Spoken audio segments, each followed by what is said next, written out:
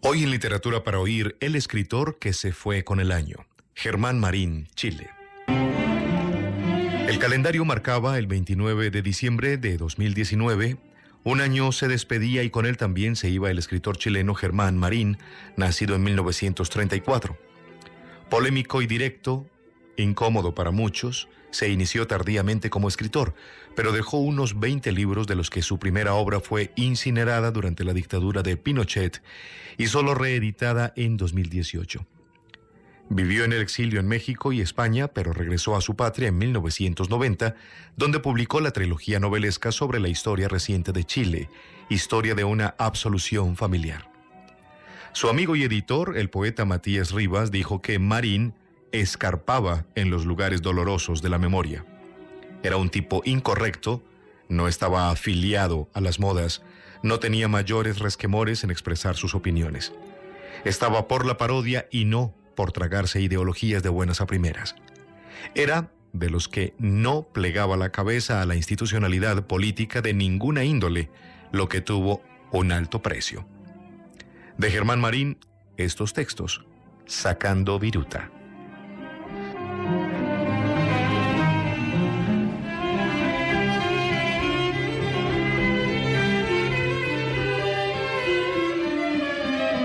Esa mañana esperaba tranquilo la jornada en casa, al margen de las preocupaciones de la calle, dispuesto a continuar la novela que casi a diario escribía sin apuro de forma manuscrita.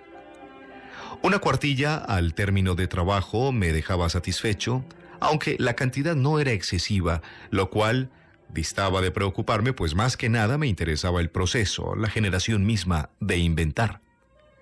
El brillo del verano todavía estaba presente tras la ventana, pero si observaba el cielo con alguna detención se advertía para mi desánimo cómo empezaba, siendo aún mediados de marzo, a formarse una densa niebla de smog, cada vez más extensa, que persistía durante meses. Recordaba que el contorno nunca me había influido, ni siquiera cuando paraba en Buenos Aires, en unas melancólicas piezas de hotel cuyas vistas daban casi siempre a patios interiores. No obstante, hoy ese estado de ánimo era distinto debido quizás a la edad. En cualquier caso, gozaba todavía esa mañana de la posibilidad de contemplar los árboles de las casas vecinas, cargados de unas hojas que, frente al próximo cambio de estación, resultaban cada vez menos verdes y tiernas. Sin embargo, resplandecían bajo el sol, traslúcidas aún. Esos momentos antes de sentarme a trabajar me provocaban cierta inquietud, pues a pesar de acompañarme el deseo de retomar la escritura, algo extraño, torvo, me susurraba que dentro de un instante comprobaría que las palabras se habían secado en mí. No tendría nada más que decir, echado a este lado estéril de la vida, si es que alguna vez había poseído aquel don. El silencio que me rodeaba solo era interrumpido apagadamente por el ruido que venía del edificio en construcción a la vuelta de casa en la calle Matilde Salamanca, pues acostumbrado desde meses a escuchar esos golpes monocordes y grises, no hacía caso de ellos, como tampoco de la música populachera de una radio que más o menos a esa hora sintonizaba alguien del barrio. En fin. Empero respiraba satisfecho ese día a mitad de mañana, libre de todo compromiso laboral, sin obligación de salir a aturdirme, donde sentía cada vez con más fuerza el rechazo que me causaba Santiago. Evitaba incluso los cafés que me resultaban familiares, ya que, aparte de considerarlos tediosos, de mal servicio al cliente, me topaba con unos grupillos de la movida que prefería eludir, pues al tanto de sus vidas repetían las mismas monsergas. En consecuencia, era mejor seguir de largo a casa, donde nadie me provocaría la ansiedad de preguntarme algo, de invadirme con su presencia inoportuna. El llamado telefónico interrumpió el soliloquio en que estaba sumido frente a la ventana y, a decir verdad, no solo representó cortarme el hilo de aquel momento de introspección, sino que condujo principalmente a crearme un desordenado ovillo que, como se verá, no desenredé a través de las semanas. Todo se debió a una ligereza mía, motivada por el imprevisto de ese llamado telefónico que nadie me obligaba a contestar. El representante de la editorial Alfaguara, un señor Sandoval, de quien no sabía nada, me expresó luego de las formalidades, quizá con algo de timidez, el interés de que participara en una antología literaria en preparación, dedicada, por lo que entendí, a ilustrar diversas enfermedades mentales. Fue así como pensé en los casos de Nietzsche, de Artaud, en un repaso a los mitos que admiraba. Me habló de una fobia social que podía desarrollar, agregándome que para una mejor información acerca de esta, tomara contacto con el doctor Patricio Olivos, mientras yo decía cómo no, claro, sin atreverme a dar una respuesta negativa, él me documentaría ampliamente en una charla en su consultorio. Enseguida se refirió, cada vez más seguro de sí mismo, a causa tal vez de mi retracción, luego de señalarme los honorarios por derecho de autor que debía entregar el cuento hacia el 30 del mes siguiente. Le queda tiempo, me acotó la persona de quien conocía solo la voz, pero que a través del diálogo empezaba a imaginar su persona. Cuando colgué el teléfono advertí que, aparte de haber dicho que sí contra mi voluntad, deseoso de ponerle término a la conversación, sentía en la boca una sequedad como si hubiera cruzado el desierto. Había asumido un compromiso que podía llevar a un desenlace humillante, a una página en blanco, digamos, porque nunca había escrito por encargo acerca de un tema determinado. Tranquilo como estaba esa mañana de marzo, dispuesto a proseguir en la escritura de la novela, de pronto había sido conducido a algo ajeno, distante, que me exponía por el pedido a un juicio personal. Bajo el propósito de superar la interrupción indeseada, abrí el cuaderno escolar de líneas cuadriculadas donde pacientemente, aislado del mundo en un pequeño departamento, pergeñaba de a poco el original titulado Cartago, de manera provisoria. Tras intentar engancharme en este, después de consumir un segundo o tercer cigarrillo, advertí que la molestia se colaba en mi interior, y que no obstante el propósito de rechazarla, se adhería pegajosamente al recordarme el cometido a efectuar. Siempre he sido un tanto obsesivo, al grado de que mientras pensaba en dicha persona desconocida, empecé a construir un retrato de ésta, gravitante como ya se observará. Está de más que lo esbocé en el marco de una fotografía, pues aparte del ceño entrejunto que imaginé en el posible rostro de aquel señor Sandoval, semejante por su anonimato al de cualquier mortal que divisara por la calle, exhibía un gesto desdeñoso, fácil también de encontrar frente a uno en la vida diaria, debido a lo cual esos rasgos inventados me hacían identificarlo, pero a la vez volver conjeturable su imagen, tornadiza en la otra punta de la línea telefónica, como fue agregarle por momentos una tibia sonrisa que veía amarilla. Ahora bien, molesto conmigo mismo bajo el efecto de la interrupción, la mañana transcurrió lentamente frente a la ventana, prosiguiendo hasta donde podía con el original de la novela, al escurrirse lo que pretendía fijar, aunque esto no era una novedad. A veces me sucedía en unos raros desplazamientos. El mal sabor del imprevisto se diluyó durante el día hasta solo constituir algo así como un hilo de tabaco en los labios que despedí sin darme cuenta. A esa jornada en casa vino la siguiente, dedicada afuera a diversos trajines, algunos postergados, entre los cuales, si hago memoria, debía asistir a última hora a un acto social ineludible, organizado por una sociedad de beneficencia, lleno de gente el salón de fiesta del que salía ahogado escapando a la primera. Dichas reuniones, formadas de pequeños grupos, me hacen daño, pues aunque reconozca a algunos invitados me siento intimidado, evitando acercarme. Fue así como quedó atrás el llamado del señor Sandoval, al olvidarme por completo de él, arrinconándolo en la oscuridad a medida que pasaban los días, envuelto en la preocupación de mis cosas cuyos altibajos me resultaban sabidos, aun cuando, a diferencia del lapso de la semana anterior, la vida tendía ahora, no sé por qué, a transcurrir de un modo más fácil, incluso más placentero, debido tal vez a la presencia de Mónica. Había regresado a Chile hacía poco tiempo y, alojada en casa de una prima, me juntaba con ella, llevándola a visitar, gracias a las tardes aún gratas, levemente tibias y rosadas, los viejos lugares de antaño, tales como el Parque Cousiño. La ciudad le resultaba casi desconocida al volver después de 30 años y prefería, como me indicara, caminar por donde latían los recuerdos de su adolescencia, pues el otro Santiago, modificado o desarrollado durante esta ausencia, la hacía sentirse extranjera. Mónica me agregaría que los años pasados en Bélgica, sin acontecimientos, en blanco de pronto, le parecían robados de su vida. A esta altura de los hechos, cabe destacar que cierta noche, luego de ir a dejar a Mónica, tuve un sueño, digamos, más bien ridículo, aunque a la vez inquietante, que entre otros aspectos me trajo la posible imagen del señor Sandoval, quien estaba bajo el dintel de una puerta que daba aparentemente a cierto patio de colegio, custodiado desde arriba por unas garitas de vigilantes.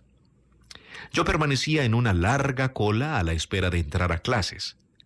Más que sorprenderme la austera presencia de éste, dedicado como inspector a controlar el orden, me llamaba la atención aparecer confundido en medio del grupo de escolares a mi vuelta al colegio, según deducía de la escena que soñaba. Seguido por esa mirada acusadora a la que rehuía, avanzaba paso a paso, encadenado por la vergüenza. Pues regresar a ese comienzo de la vida significaba muchas cosas, entre otras, la impostura mantenida como adulto y, no digamos, como escritor. El patio desolado cubierto de grava, semejante al que llamaban la Siberia en el internado Barros Arana, donde había sido alumno, se divisaba envuelto en la niebla de un día de invierno emanado al parecer de muchos años atrás. Fue un alivio despertar de esa angustia, volver a mí mismo sin el peso del fracaso, en que junto con sentirme un anciano irremediable en esa fila de colegiales me sentía ridículo, casi obsceno, ya que no podía contener cierto temblor que acusaban las manos. El aspecto que la pesadilla dejaría como recuerdo era la intranquilidad de haber asomado la figura de aquel señor Sandoval, a quien yo considerara desterrado de mis preocupaciones. Ahora, a la luz del día, tenía presente otra vez, si no la presencia de su mirada en la helada galería del patio, al menos la voz por el teléfono, que sin decir mucho había logrado comprometerme en algo que estaba lejos de los propósitos que me guiaban. Él constituía el prójimo desconocido al que no deseaba acercarme. Puestas así las cosas, me di cuenta de que si algo debía escribir para sacarme de encima la molestia del encargo, podía ser el relato de aquel sueño tenido hacía pocas noches, a fin de demostrar de cara al tema del libro que a mí también me zumbaba algo. Redacté el texto con mayores o menores detalles y le puse como título Sacando viruta, expresión acerca de quien arranca. Sobre todo me preocupé de reseñar el secreto obvio cuando desperté entre la mirada acusatoria del señor Sandoval y la confusión que me embargaba, dispuesto a desaparecer de la fila que avanzaba de manera irremediable hacia la puerta. Dudoso del resultado literario, abandoné las cuartillas en un cajón del escritorio, dispuesto a olvidarme de estas, ya que, como además pensaba, solo eran cristalizaciones de un mal sueño, residuos de una noche dejada a la saga. Como advertía cada mañana a través de la ventana a donde dirigía mi mirada para constatar el giro de la rueda de la vida, el otoño avanzaba en una progresiva opacidad, asomando los primeros grises en la extinción. Sin embargo, no había podido hasta ese instante borrar de la mente a quien me llamara por teléfono, preocupado de la incapacidad de zafarme de él, pastoso como sentía su recuerdo a pesar de las semanas, pronto a cumplirse el plazo que había determinado para que entregara el dichoso cuento. Seguro de que este tal cual quedara no llegaría a sus manos, decidí escribir algo más amplio que por caso recogiera la vigilia existente hasta ahí, pues aun cuando deseara hacerlo invisible, aquel señor Sandoval proseguía siendo real, y en los próximos días debería conocerlo en persona en su oficina. No me sería fácil luego de todo lo ocurrido. Y también del chileno Germán Marín, escuchemos de su novela El Palacio de la Risa, estas páginas con ecos autobiográficos. Solo quedaban de la llamada Villa Grimaldi, cuando la visité aquella mañana de diciembre, tras haber llegado hacía 2 meses a Chile, las huellas de sus cimientos bajo la maleza que crecía salvaje y verde, alimentada por las lluvias del último invierno, en medio de los escombros menores que los dientes de la máquina excavadora no habían podido recoger. Yacían dispersos por una mano furiosa que, a pesar de su insania, había molido cada terrón. La única certeza que tenía aquella mañana era que después de varias vueltas inútiles por el mundo, estaba de regreso luego de 17 años de ausencia, pero, al contrario del viajero Sinbad, no eran muchas las monedas de oro que podía sumar a mi favor al hacer el balance. Aunque a veces me sentía diferente y lejos de mis congéneres, el exilio ya había terminado, por lo cual, con mayor o menor sentido común, dependía de mí. Debía asumir la nueva etapa que comenzaba. Yo no venía del extranjero, sino del pasado, que al parecer nadie quería, pues, de acuerdo a lo que había captado, aquel tiempo representaba poco y nada en la vida actual de los chilenos. Estaba en un país que, por dos motivos de su historia, antagónicos, deseaba borrar su pasado de cualquiera posible mácula y hacer cuentas nuevas. Como había certificado dentro de los escasos meses que llevaba, no se deseaba sacar a la luz por completo los oscuros y graves episodios sucedidos. A pesar de la noche artificial que impedía ver hacia atrás, ni menos a quien era el principal responsable de los hechos, el país nunca había sido más transparente en su situación, pero como pensaba, de mi lado tenía muy poco que decir. Solo unos rezongos de viejo, unas bagatelas que no interesaban a nadie. Sentía, al regresar de Barcelona, en donde me había radicado en 1976, que no eran los años que se habían ido, sino la vida, con sus largos momentos, quedando como persona al margen de todo, parecido al movimiento del mar que devuelve a la orilla, en una última ola, el resto solitario de un naufragio. No dejaba, sin embargo, de estar satisfecho de haber regresado a casa. Como a veces solía ocurrirme, perdido en alguna distracción, me sorprendía de pronto que el mundo a mi alrededor hablara en chileno, entonando unas palabras que, al aspirarse, bajo unos sonidos agudos, casi quebrados, se comían a sí mismas, cargadas de unos hipocorísticos permanentes que delataban calor humano, proximidad o, acaso, vaya a saberse, algo menos explícito que el sentimiento. Luego de bajarme del taxi a la altura del 8000 de la avenida José Arrieta, divisé un poco más allá los muros de color rojo de Villa Grimaldi. Y aunque al principio no reconocí nada de sus alrededores, algo remoto, pero a la vez familiar, me señaló que era el lugar. No estaba equivocado.